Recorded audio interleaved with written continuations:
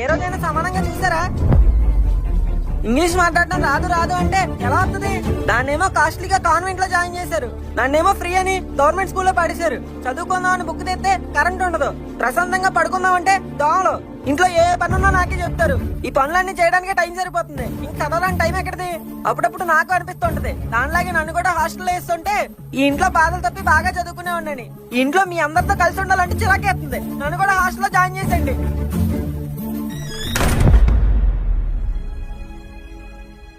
ఏమండి, ఆడికి కూడా మీలాగే ముక్కుమే కోపం. ఏదో చికాకులో 4 మాటలు అనేశాడు, పట్టించుకోకండి. చిచ్చి, అయినా నేనెందుకు పట్టించుకుంటా లక్ష్మి? అన్నది ఎవడు? మన కొడుకే కదా, బయటోడు కాదు కదా. ఆడికి ఏదో బాధ వచ్చింది, ఓ 4 మాటలు అన్నాడు, దానికేమైంది? సర్లే, నేను అలా వీధి చివరికి వెళ్ళొస్తాను. ఈ ఇంట్లో బాధలు తప్పి బాగా చదువుకునే ఉండండి. ఇంట్లో మీ అందరితో కలిసి ఉండాలంటే చిరాకే.